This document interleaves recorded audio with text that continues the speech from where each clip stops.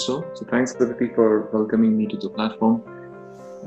Brief introduction about myself. I'm a trained engineer, so I have a BTech in Mechanical Engineering. I have a Master's in Business from Asian Institute of Management, Manila, Philippines, and an MBA from the University of Gallen.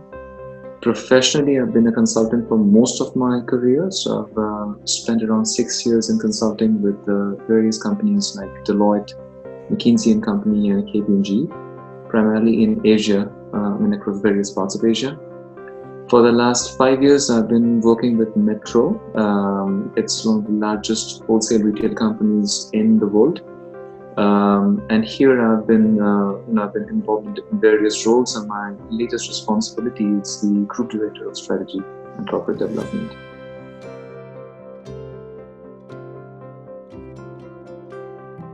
So at my time was around 56,000 Swiss franc for the program. I think it has changed a little bit. Maybe it's around 58, but it's definitely less than 60,000 Swiss francs for the whole tuition fee. Accommodation, that's really up to you. It depends on what kind of accommodation you want to go for and your personal situation. Personally, I was already married when I went for the MBA program, so it was a bit more expensive for me because you have two people staying. Normally, I would ask you to budget anywhere between 1,500 to 2,000 francs a month. And that's pretty much on the high side. I think on a student budget, you can definitely get by with that kind of money.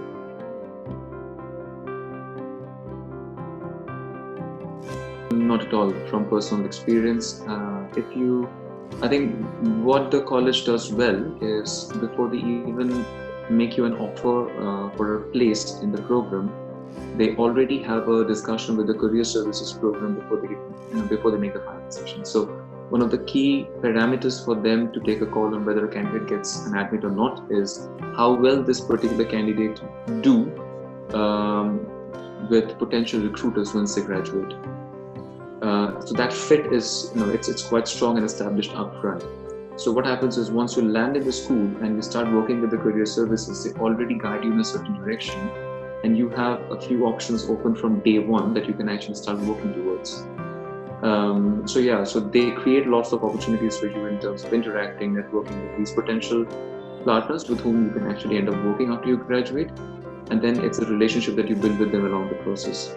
So once you have the relationship, once you have the proximity and also the clarity of what you want to do when you get there, it's not that difficult to land an internship at all.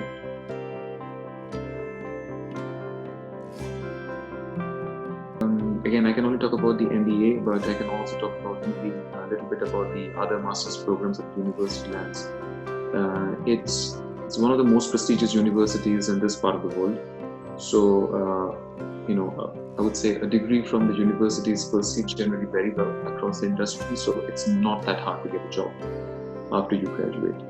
Now, the question really becomes where you want to get a job. If you are an EU candidate, my answer would be a bit different because you don't have any visa restrictions, you don't have any travel restrictions, you can pretty much get a job anywhere you want. If you're not from EU, it becomes a bit more restricted and it becomes a bit more dependent on your inherent profile strength. So if you have a strong profile, if you have a clear career trajectory and a good performance across your academic career, I think there are plenty of options for you.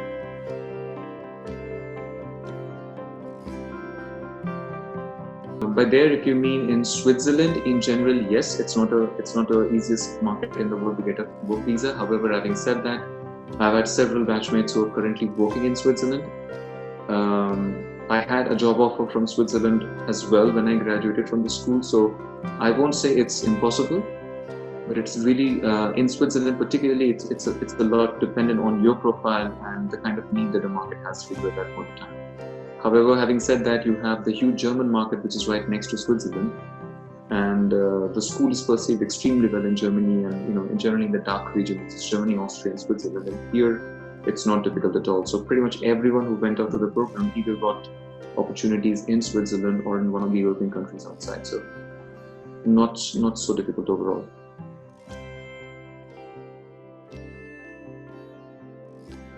I have to say the internationality of the batch.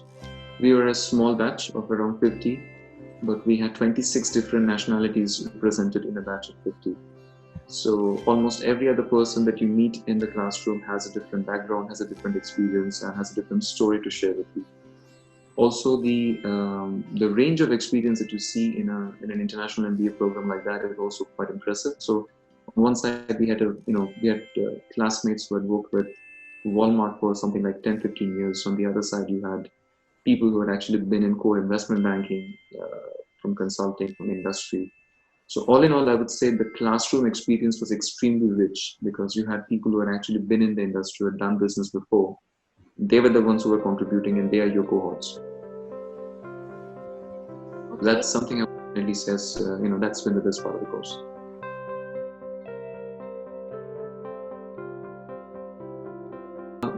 I have been a consultant for around 6 years, so I had pretty much been primarily on the advisory side, and I really wanted to shift more towards the execution side. And before I did that, I just realized that I probably don't have all the skills or the experience that I need to actually move from taking my consulting experience into a real job, if I can put it that way. Plus, I didn't really have a lot of international experience or exposure. So these are the main reasons why I thought, okay, I need to do this, and I need to take a course which actually helps me get there. And I was very focused from day one that I didn't really want to do a job in consulting, because that's something I've already done before. So that's why I chose this.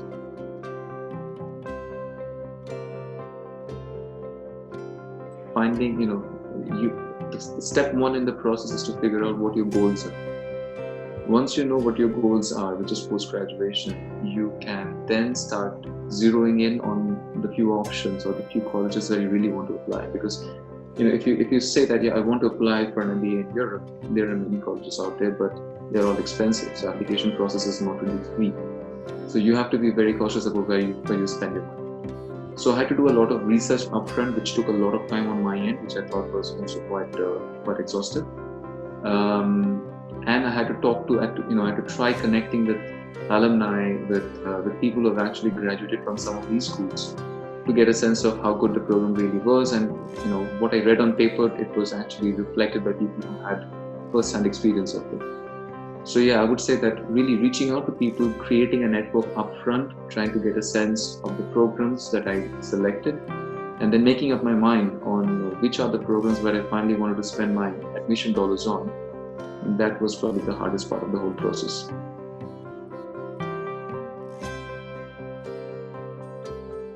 And as I said, I've been employed as the Director of Strategy for Metro.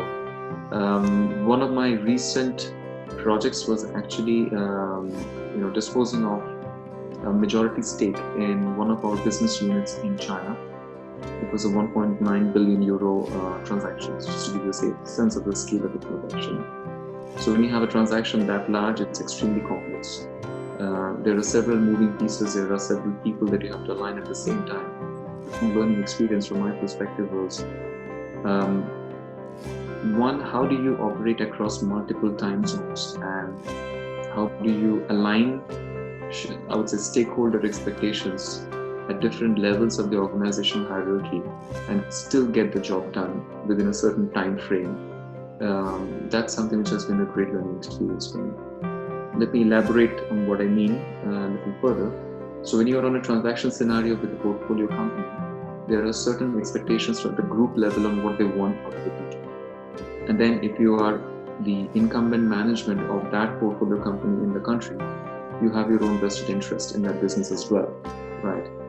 So the key is to really strike a balance between internal and external expectations, and also to manage expectations within the board to figure out the best way forward for the team, because at the end of the day, you need to get all of them in line on the same page. So that was a great experience. And here I think some of our management, I would say some of my MBA course experience also came in.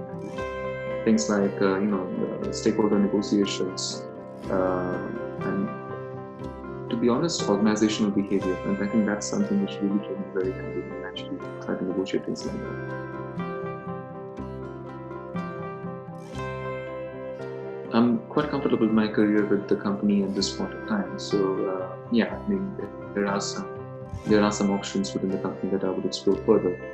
But of course, down the line somewhere there is this entrepreneurial itch which probably needs to come out in a more structured way. So I would say that in the next 2 to 3 years, probably I will think about venturing out in some way or the other. But in the meantime, I'm quite comfortable where I am and see some development opportunities in the company as well.